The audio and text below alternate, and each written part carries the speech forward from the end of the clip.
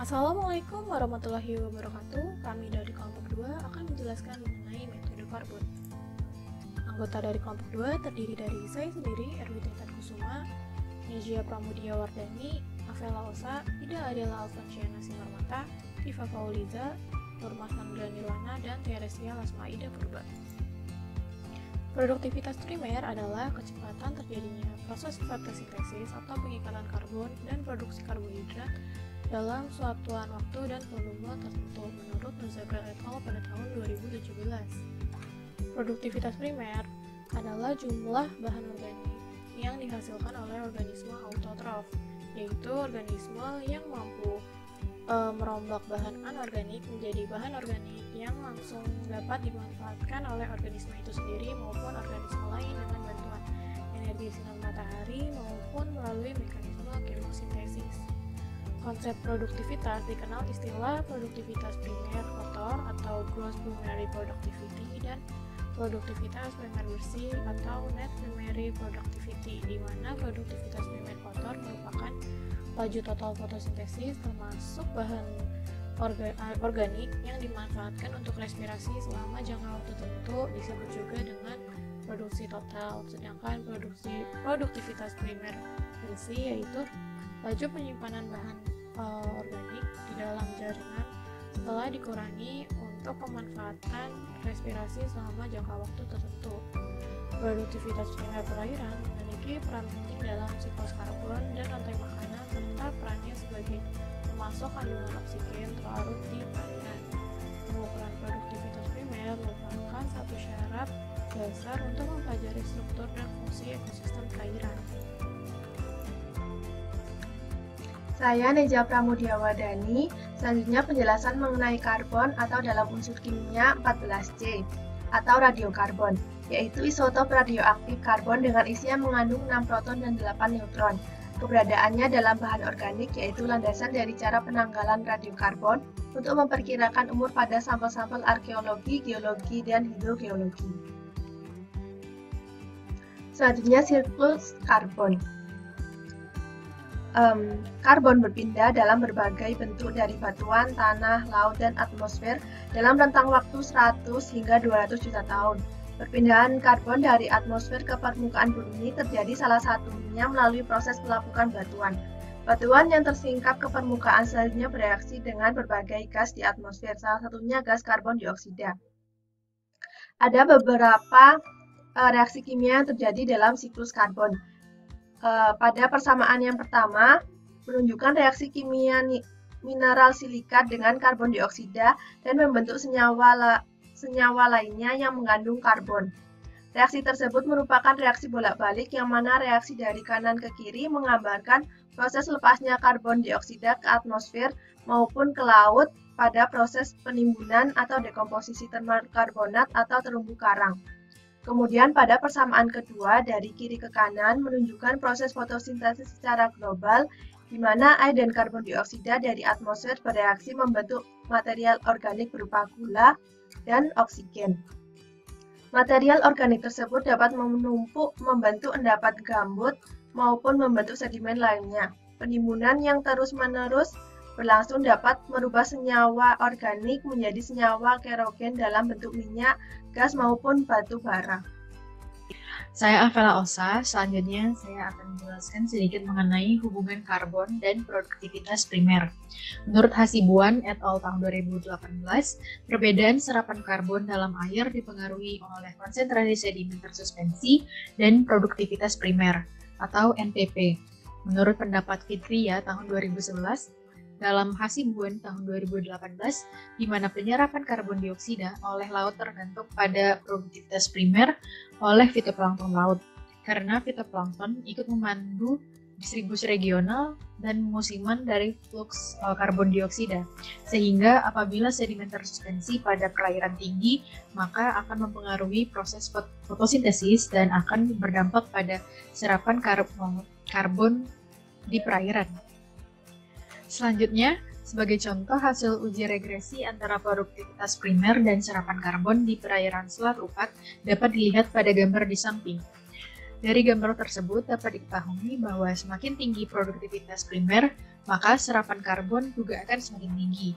Produktivitas primer merupakan laju produksi karbon organik atau karbohidrat, persatuan waktu, dan volume melalui proses fotosintesis yang dilakukan oleh organisme tumbuhan hijau. Sehingga apabila konsentrasi sedimen bersuspensi tinggi, maka proses fotosintesis juga akan terganggu. Apabila kualitas air dalam kondisi baik atau normal, maka serapan karbon akan tinggi, karena kualitas air sangat menentukan produktivitas primer perairan, dan produktivitas primer mempunyai peran penting dalam siklus karbon dan rantai makanan, serta perannya sebagai pemasok kandungan oksigen terlarut di perairan. Metode karbon merupakan metode dalam fotosintesis untuk menghitung produktivitas perairan dengan memanfaatkan sifat radiokarbon atau suatu isotop radioaktif dari karbon. Metode karbon merupakan metode pengukuran produktivitas primer yang paling peka. Metode ini mampu mengukur produktivitas primer bersih dengan menggunakan botol yang mengandung radioaktif yang ditambahkan sebagai karbonat. Karbon aktif dapat diintroduksi melalui suplai karbon dioksida yang nantinya diasimilasikan oleh tumbuhan dan dipantau untuk mendapatkan perkiraan produktivitas. Teknik ini sangat mahal dan memerlukan peralatan yang canggih. Pencacahan radioaktivitas fitoplankton pada pengukuran produktivitas primer fitoplankton dengan metode radiokarbon atau penyerapan karbon dilakukan dengan menggunakan scintillation counter untuk menghitung nilai total karbon yang diserap. Nah, ini persamaan scintillation counter untuk menghitung nilai total karbon yang diserap.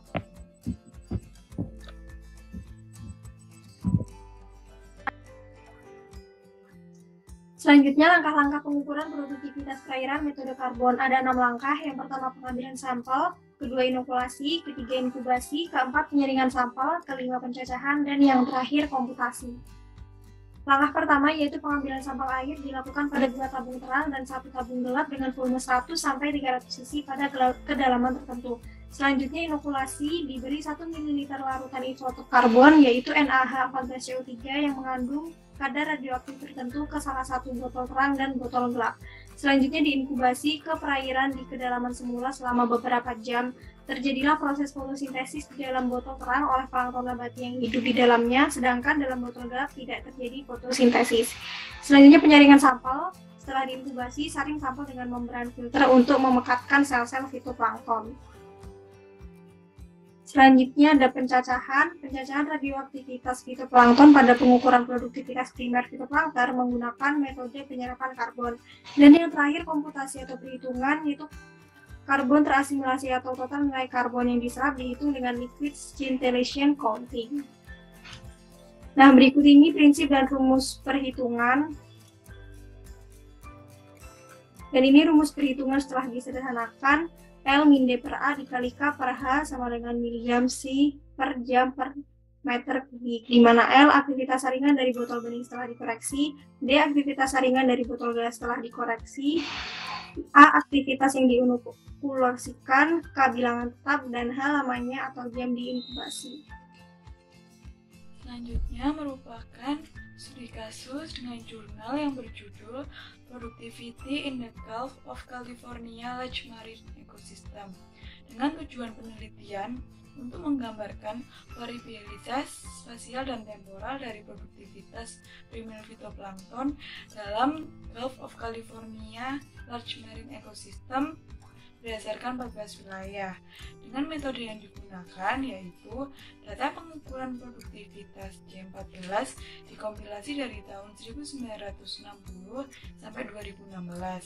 Kemudian basis data ini didasarkan pada fotosintesis, iradiasi eksperimen, dan pengukuran produktivitas J14. Kemudian langkah-langkahnya yang pertama mengambil sampel air pada kedalaman 15 meter. Kemudian diinokulasi dengan 1-2 mikrocurie NaH14CO3.